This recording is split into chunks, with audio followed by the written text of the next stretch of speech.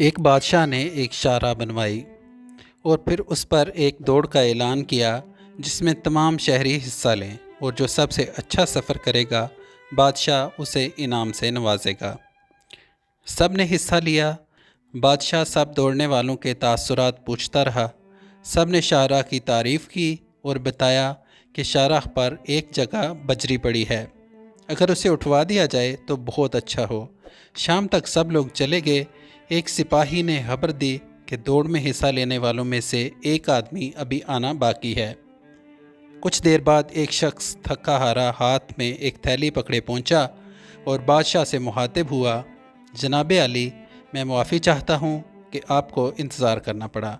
راستہ میں کچھ بجری پڑی تھی، میں نے سوچا کہ اس شاہراہ سے گزرنے والوں کو دقت ہوگی، اسے ہٹانے میں کافی وقت لگ گیا۔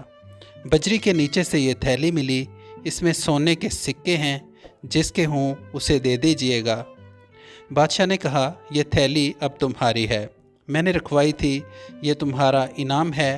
بہترین مسافر وہ ہوتا ہے جو مستقبل کے مسافروں کی سہولت کا خیال رکھے۔